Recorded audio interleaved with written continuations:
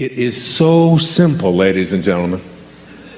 This idea that is at the core of all of our teachings. I've been out there doing this for over 30 years now. Your Erroneous Zones was published 30 years ago. And what I've discovered is what Earl Nightingale told me when I was just getting started in this whole business. When something called the strangest secret. We become what we think about all day long. We become what we think about all day long. But more than that, understanding that your thoughts are real, that they have an impact. Isn't it conceivable that your thought can have an impact on whether or not you can attract what you want into your life? That you can extend it out into a universe which is perfect, which has no need for you to interfere with it, which is always doing exactly what it is supposed to do. No restrictions on it. And it always has been doing it, and it always will be doing it.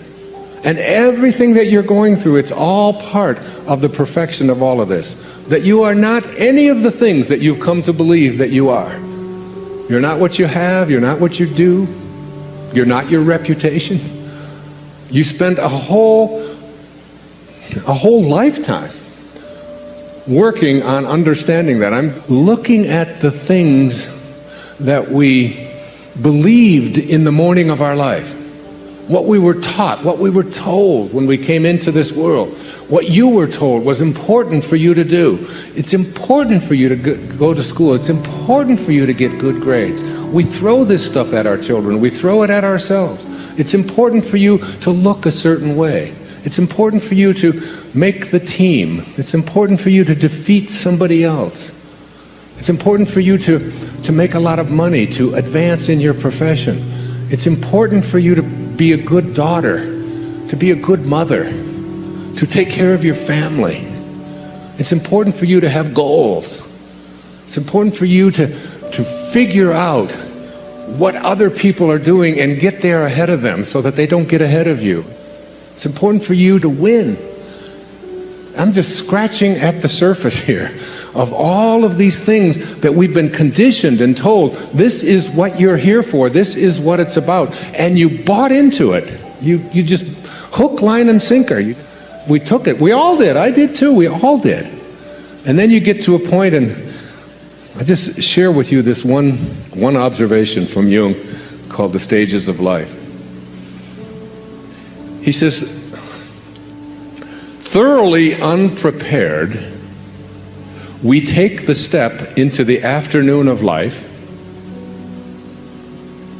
Worse still, we take this step with the false presupposition that our truths and ideas will serve as hitherto. But we cannot live the afternoon of life according to the program of life's morning. Hear that. Really hear that, because most of you here are in the afternoon of your life, and it has nothing to do with how old you are, by the way.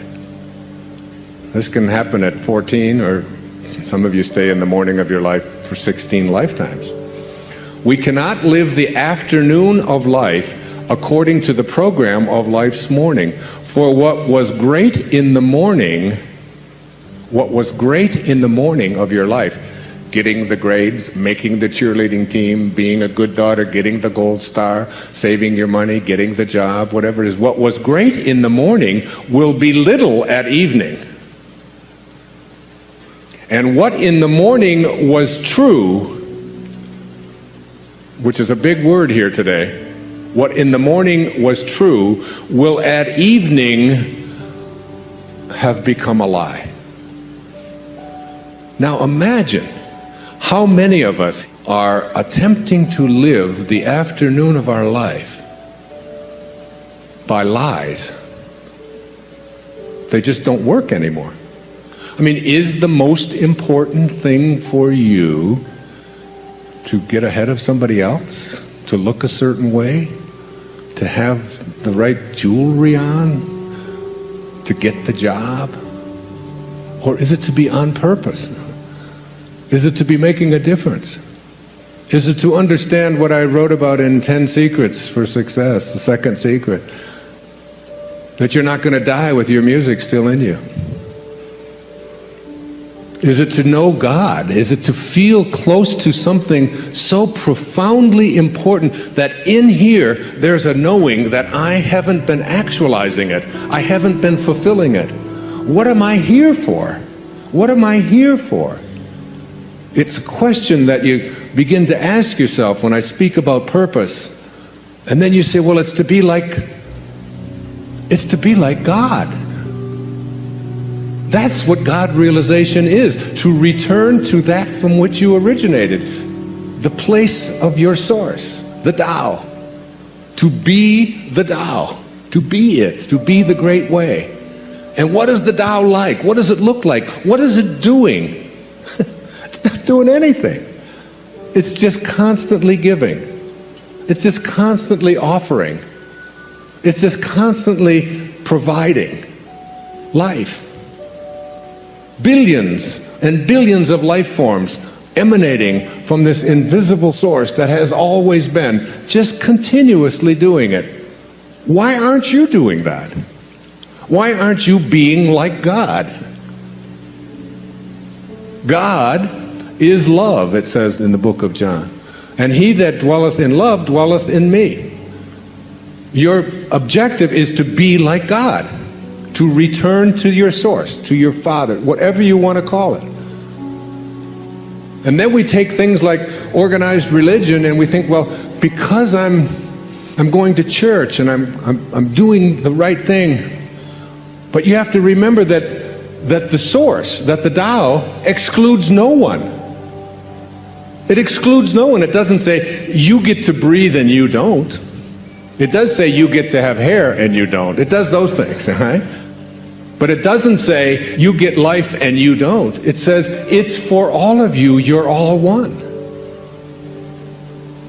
And then we take organizations that say only you get to get in. Only if you believe this way do you get to be part of God. But that's not of God. So any thought that you have that excludes anyone is not a thought of God, it's not a thought of Tao. And that's why the number one source of conflicts on our planet today is about organized religions fighting organized religions. And none of it is of God. Anything that divides us weakens us. Anything. Any thought that you have that divides you from somebody else, that makes you better than somebody else, that says this, any judgmental thought at all like that is not a thought of source. And the minute that you leave source, you lose the power to manifest. You lose the power to attract into your life what you want. You have moved away from source. And any thought that unites us, that includes us, that is of service, any thought of spirit and spirituality that brings us together as one and recognizes the truth that all of us have come from the same source and that we are all breathing the same air and that we all came from the same place. So where does any organization that includes one and excludes other fit on the God realization scale? Way down here. You have to really be careful if you want to live the Tao, if you want to live this thing I'm speaking about and get yourself back into balance, if you want to be in balance, then your habits have to start matching up with your desires in everything that you do. And it's just a simple matter of deciding to do it. In all of your thoughts, every place that you have any thought that is not aligned, any place, any thought. So here are the thoughts that I'd like you to look at that keep you from the truth of Tao. All right? Every thought that you have that is on what's missing in your life, every thought that you have about what's missing in your life is an energy that allows you to become a vibrational match to attracting more of what's missing in your life. The most valuable commodity I know of is information. Wouldn't you agree?